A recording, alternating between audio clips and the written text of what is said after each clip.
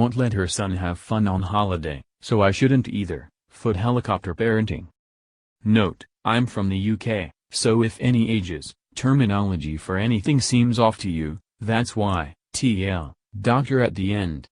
Full backstory, from ages 4-10 I had a group of friends who all lived on my cul-de-sac. All our parents were friends and we were very close, big sleepovers together, Boy Scouts, etc. However, when I turned 11 and went off to high school, I was forced to make new friends seeing as none of the people from my street went to the same one as me. Needless to say, we drifted apart. The problem with this was just before starting HS, at the height of our friendship, my mother had planned a holiday with them, Fiona, and her son, who we'll call Mike, for 14 months in advance. It was a non-refundable trip, and seeing as both our mothers were single parents, it wasn't like they had cash to burn. So, instead of wasting the holiday due to a little awkwardness, we decided to go ahead with the 2 weeks in Gran Canaria and use that time to revitalize our friendships. The changes that occur from 11 to 13 are obviously drastic. Still, I was optimistic about the whole thing. I kind of missed Mike and was curious to see what he was like. With all that in mind, here we go. Mike and Fiona stayed over at our house the night before the holiday and Mike and I got reacquainted very quickly. One thing I noticed was how he hadn't changed at all. Everyone I knew was sliding into the emo/Mosier/goth culture, but Mike still looked like his mom dressed him. And he didn't seem too interested in talking about music, either. I can't quite describe it properly, but he just didn't seem like a teenager. He seemed like the 11-year-old boy I last spoke with. But I didn't think too much of it. You don't really need many things in common with someone when you're going to a resort with a water park across the road, right? So, we're at the airport and after going through security, etc., my mother lets me off my metaphorical leash and tells me to go eat wherever I want, gives me a time to meet back with her at a cafe. I ask Mike if he's going to come with me to a burger place and he looks at Fiona, who she shakes her head side to side. She doesn't say anything, but there's an awkward few seconds where I look between her and my mum just kind of shrugs. Me to Fiona, it's only around the corner. We can bring the food back here. Fiona, and what if something happens? I think it's best if Mike stays with me. My mum goes to say something to Fiona but Fiona quickly shuts her down with a firm no. Anyway, I go and get myself a meal with the loose change my mum gave me, and since I felt kind of weird about everything, I bought Mike a large meal with my own money. I go back to everyone and hand the meal over to Mike, and, once again, he looks to his mum who sighs. Fiona, what's this? Me, cheeseburger meal. Fiona to Mike, absolutely not. Throw it away. I don't want that stuff anywhere near you. There's another long pause and suddenly I feel guilty for doing what I assumed was a nice thing. I was also a little pissed that I'd spent money on the meal, but my mum is a vegetarian and I couldn't eat 2 meals, so whatever. I proceed to sit next to my mum and she reassures me I didn't do anything wrong. There was some notable tension in the air, and we continue with our trip. Just before we get on the plane, Mike mentions something about wanting the window seat to Fiona, so Fiona suddenly grabs me at the gate by my wrist and tells me to let Mike on first so there are no arguments over it. Again, this pissed me off as I would have happily let him have it had he asked. I let my mum know that Fiona was starting to annoy me as we got on the plane, but my mum said Fiona was probably stressed from traveling and it'd be fine once we got there.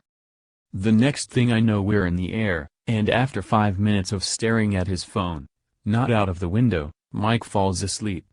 My mum and Fiona are behind us. Fiona is reading a book with her headphones in, ignoring my mum.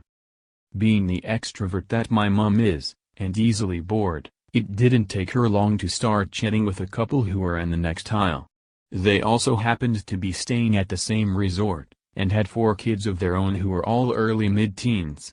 Those kids were in the seats next to Mike and I, so, naturally, I strike up a conversation with them and we all become fast friends. This was kind of a tradition seeing as I'm an only child, introverted, so my mum always made friends with other parents with kids for me to talk to. Several times during this bonding experience, Fiona would pull her headphones out and ask my mum to keep it down because she couldn't focus on her book, or tap me on the shoulder and make a shhhing gesture through the gaps in the seats because she didn't want me waking up Mike in the middle of the day. She even asked me why I couldn't go to sleep too, and when I said I wasn't tired she rolled her eyes at me. I was still a little pissed at her, so I pretty much ignored this. Before we land, my mum makes plans to meet her new friends at the resort bar later that night, and I make plans to meet their kids at the same time. Of course I'd be bringing Mike along, too. The flight from the UK to Gran Canaria is only around 4 hours and we were arriving at midday, so jet lag wasn't going to be an issue. If anything, my mum and I were pretty buzzed. Fiona, on the other hand, was not. The room we got was a twin family room, 2 double beds and a pull-out sofa, as it was cheaper than getting 2 double rooms and let us bump our trip from 10 days to 14. I guess we assumed that Fiona and Mike wouldn't want to spend the first night at the resort cramped up in the room, but the moment my mum told Fiona that we'd made plans to go out, she got angry. Also, she insisted Mike sleep in her bed, rather than Mike and I share the sofa bed and our mums get a double bed each. Not a huge deal, just thought it was odd. Fiona, and what time will you be coming back? I don't want to be woken up after having flown all day, again, 4 hours, on a full night's rest. My mum, well, why don't you come with us? I thought you'd want to check the place out. Fiona, as if my mum is an idiot, because I'm tired. Honestly, it'll hit you the moment you go out tonight, so you might as well just stay and get a good night's rest. My mum, I don't want to be stuck in the room all night. Come on, let's go have a drink and see what's on. Fiona, no. This is my holiday, and I'm going to do things at my pace.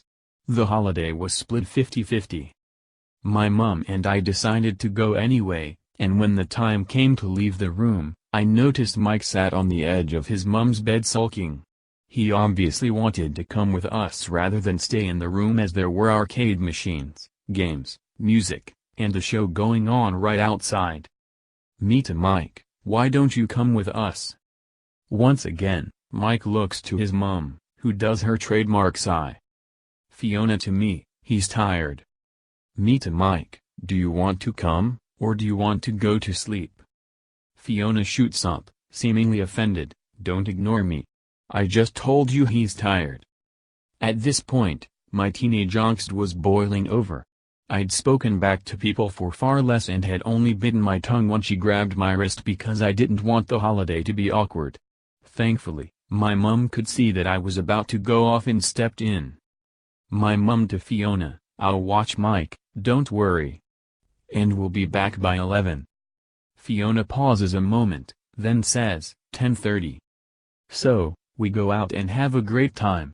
Mike was a tad awkward around the other teens, but I made sure to keep him included in everything. I even shared some money with him and told him to pay for a round of games on some of the machines to break the ice with the other kids.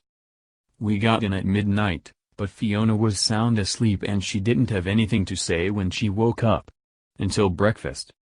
At the buffet, after Fiona spends way too much time arguing with the waiters about wanting more options, Mike lets slip that we went to the arcade with the other kids. Got back to the room at midnight. The oldest of the teens, who was 16, I think, had 1 beer over the course of the night. He does this rather innocently in conversation with me, excitedly recounting the events as our mums chat, but Fiona's mouth drops the second she overhears. She flips out.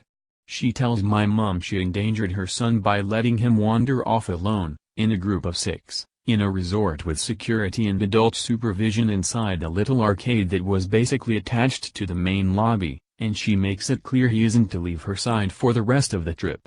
If she doesn't go, he can't. End of story. After another tense moment, both my mum and I apologized. My mum did try to see it from her perspective, and they seemed to reconcile by dinner. Then, as we're all lounging by the pool before the sun sets, The siblings come up to Mike and I and invite us to go back to the arcade with them. I immediately say yes, but Fiona makes it clear she isn't moving, which means Mike can't go. At this point, I'm done with Fiona, but I take a moment to look at Mike, who is obviously upset, and I tell the other kids I'd catch them later that night at the arcade. Em seemed to have opinions about this too, saying something like playing games that much isn't good for you, but I ignored her. I then invite Mike into the pool with me, seeing as there isn't anything else to do, and Fiona has a problem with this too because it's too late, and we'll be eating soon. Yes, she controlled when all four of us ate. If my mother or I tried to sneak off for a snack, she'd complain that we'd be ruining our appetite for the dinner we had to have as a collective every night. I spent the rest of the day bored out of my mind with Mike, who, tbh, wasn't much fun.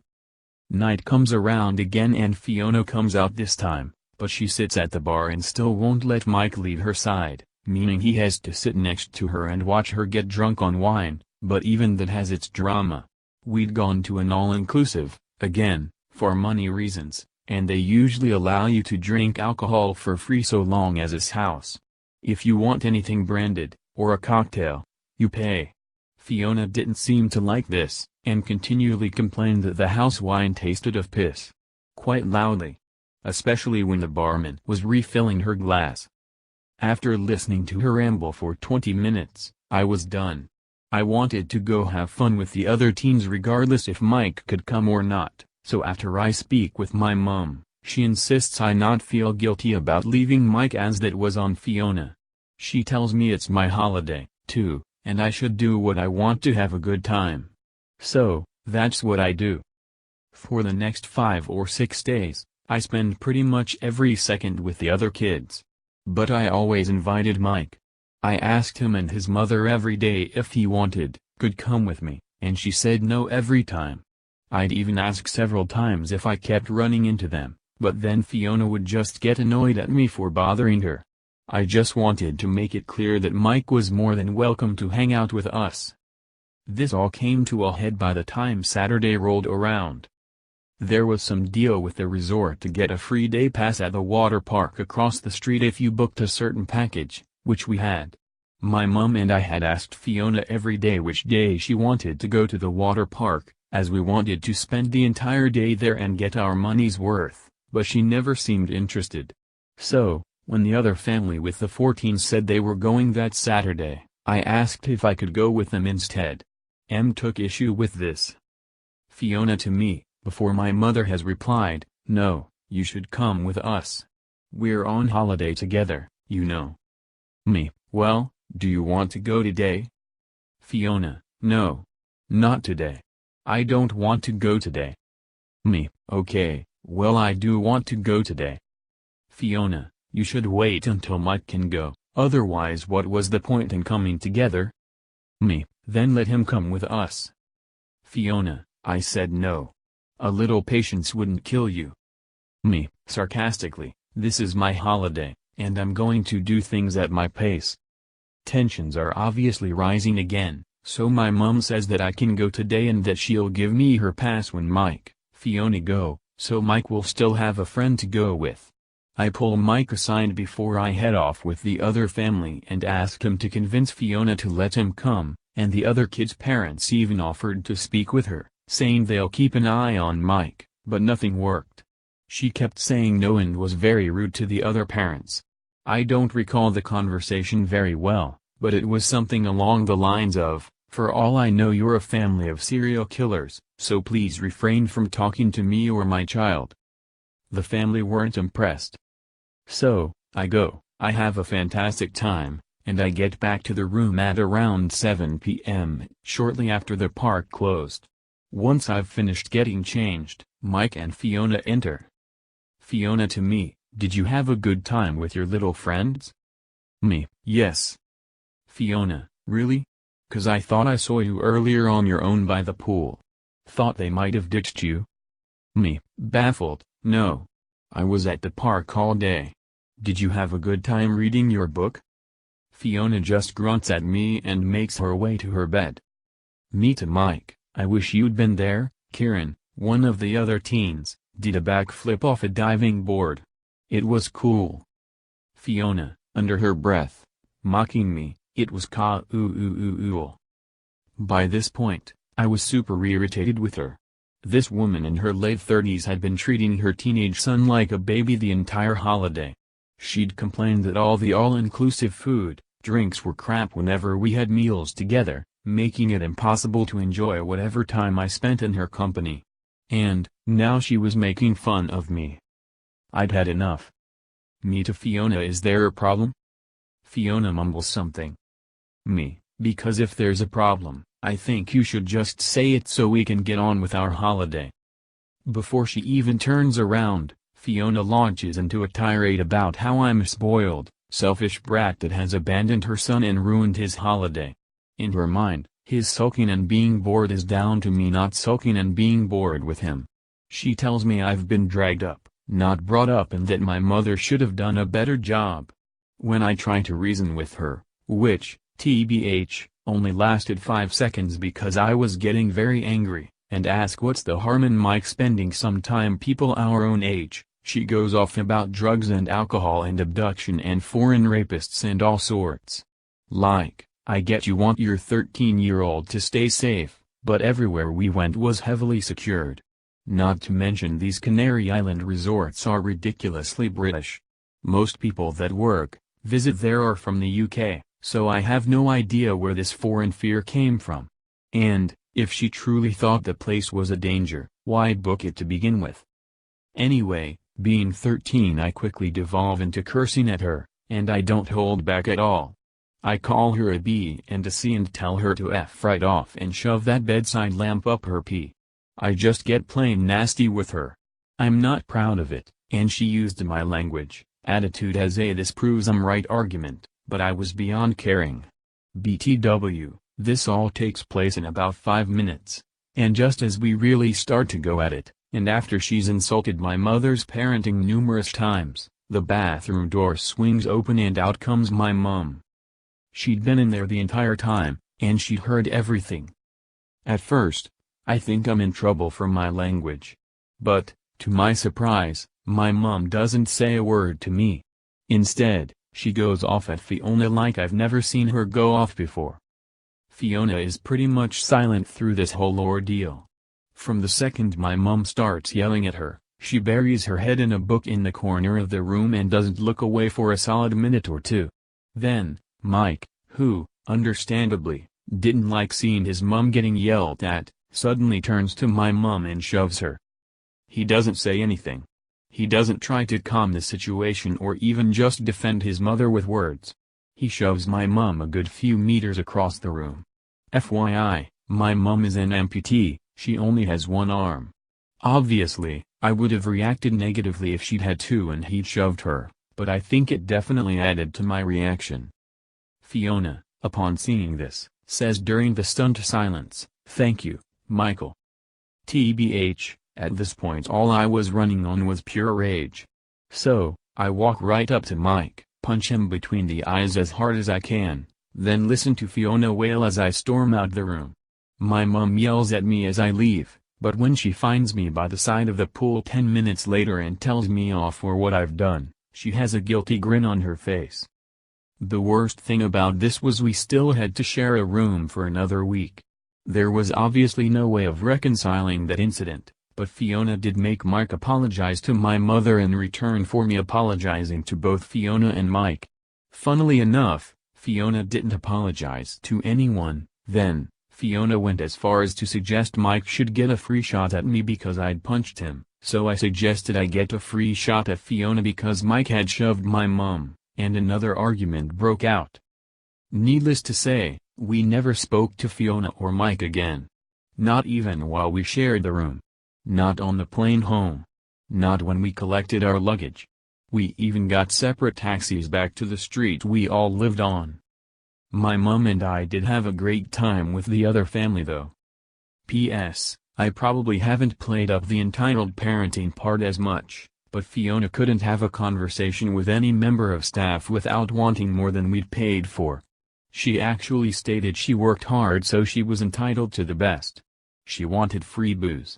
The most expensive meals, which you had to pay for etc.